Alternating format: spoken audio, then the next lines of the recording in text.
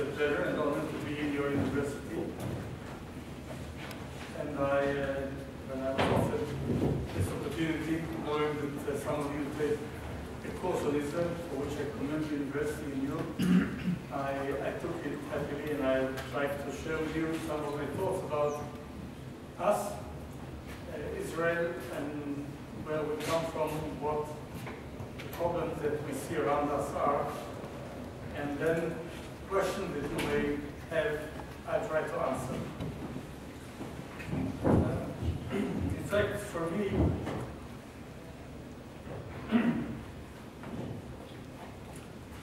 an Israeli and a Jew who come to Hungary is a unique experience.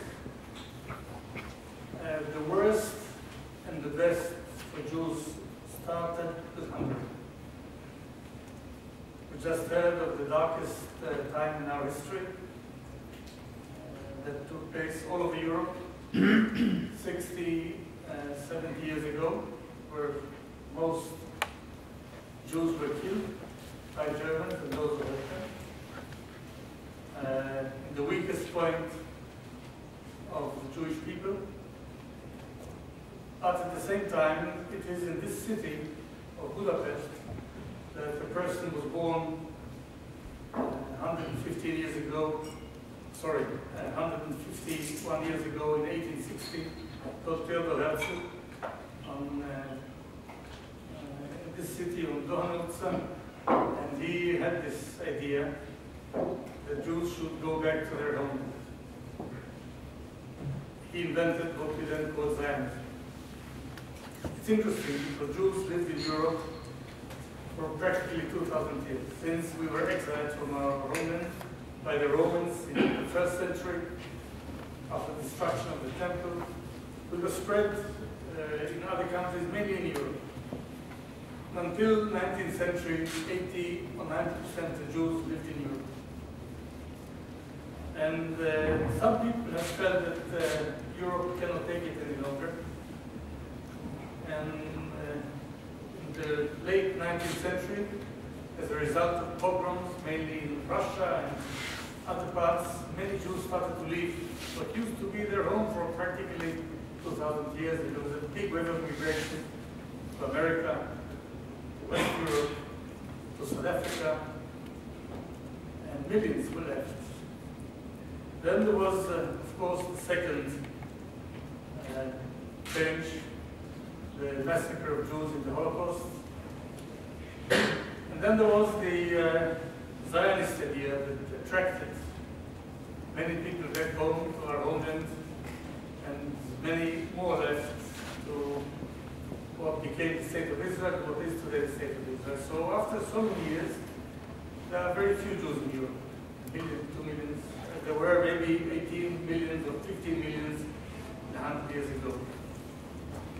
This is the historic background of Jews who were at home in Europe and felt Europe couldn't take them and left.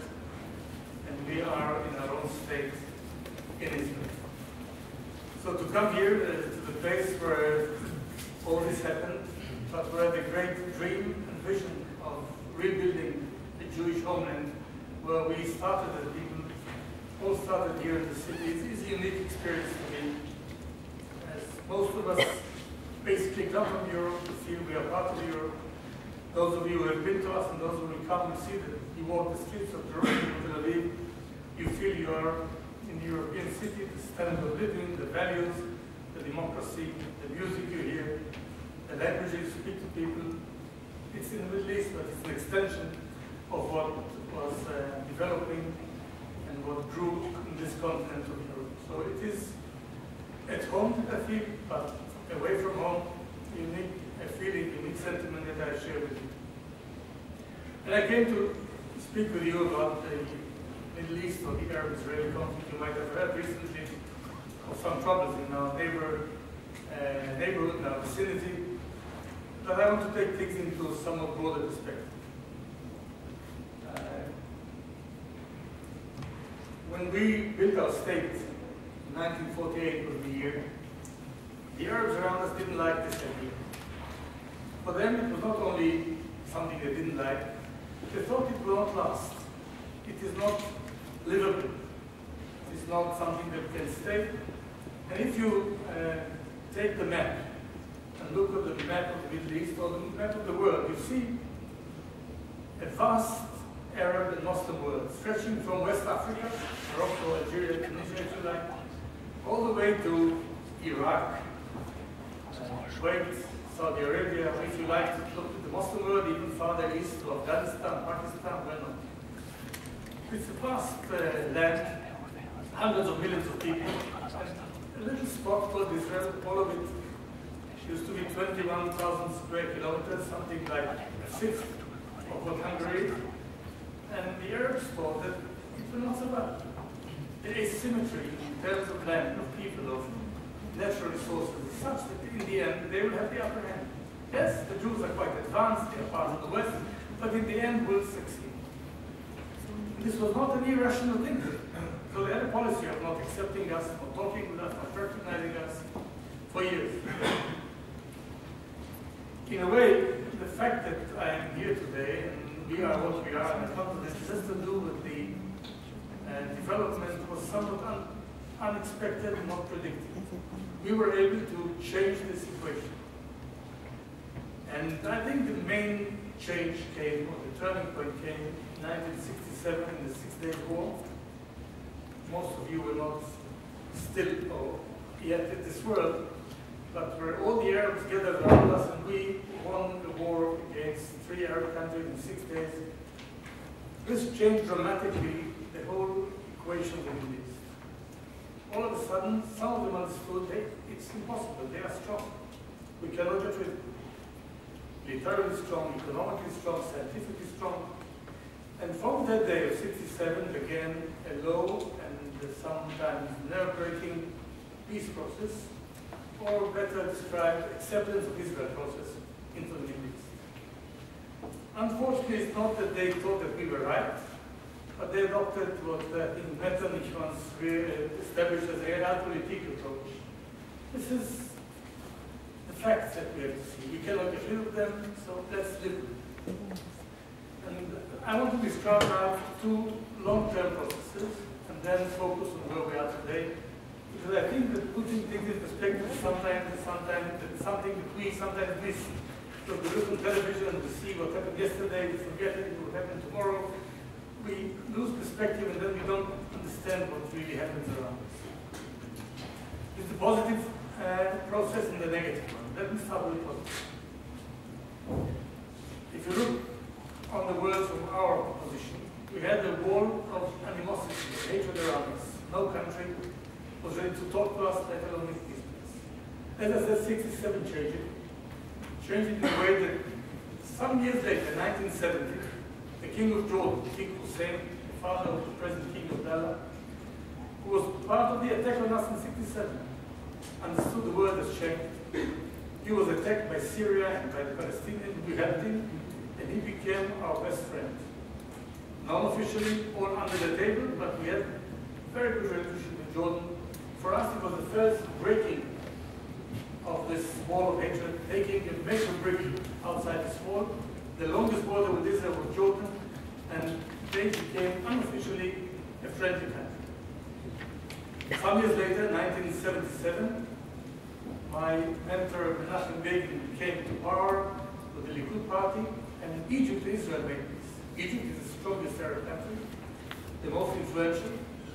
We were able to take Egypt outside the circle of war into full formal peace with Israel, negotiations that took place in 77 through 79. And Egypt became the first Arab country to have officially signed the peace treaty, accepting the existence and legitimacy of Israel, and having formal peace relations. So from our perspective, 2 countries now. One non-officially, one officially, are outside the circle of war, going for cooperation, modus vivendi, coexistence, whatever Latin term you want to put here is fine. A great achievement. Some years later, there was the first Gulf War. You must remember that we were attacked by Iraqis. They launched rockets at us. There was big hope that here they would be able to get rid of us. Of course, they couldn't. And then we had a conference in Madrid in '91, where Syria, for the first time, came to talk. Against everything they said, they will never talk with us, they will never agree with us, they came to talk. It didn't yield good results, but there was a beginning of talking to Syria. 2 years later, there was an agreement signed between Israel and the PLO in Oslo, but the Palestinian former leadership started to talk peace with us. In '94, Jordan felt sure enough of itself to formalize the informal relationship and have full treaty of peace signed openly in the south of Israel and Jordan on the border between Yitzhak Rabin and King Hussein. So now we have two countries in formal peace with Israel. Along these years, other Arab countries came to terms with Israel. One of them is Morocco. They had a delegation with us, not full diplomatic relationship, but people could come and go, and there were talks, and people met each other, even at the political level. Tunisia was such a country. Many Gulf states had the same thing. So here we see, and I want to sum it up here, a very positive process. It is long, not simple. That does not stem from accepting that they were wrong and we are right, unfortunately. They should have, but they didn't.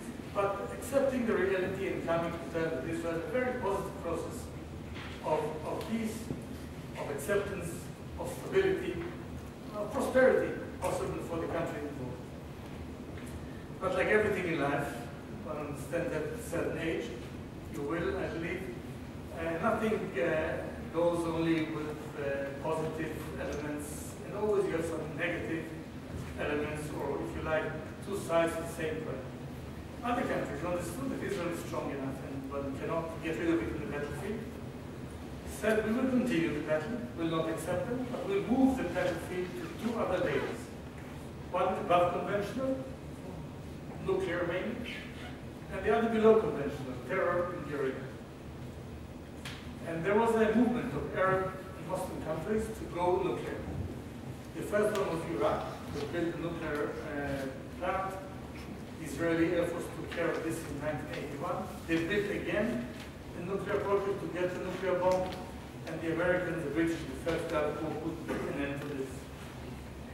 In 2001-2, I was surprised when I heard from the chief of the CIA, George Tenet, that Libya is on the way to get nuclear. We didn't know it, we were surprised, unfortunately. And the Americans and British took care of this in talking with them, carrot, sticks, whatever metaphor you want, and Libya was taken off this track to get nuclear. They, by the way, did it with a certain Pakistani professor called Abdel Qadir Khan, who is a known proliferator of nuclear capabilities and material. Then I need to be cautious and say that according to foreign sources, Syria was on the way to be nuclear with the help of a North Korean nuclear reactor that was building for Syria, and according to the same foreign sources, the Israeli Air Force took care of this about 3 years ago, whether it's true or not, who knows. But Syria, they say, was on that same track.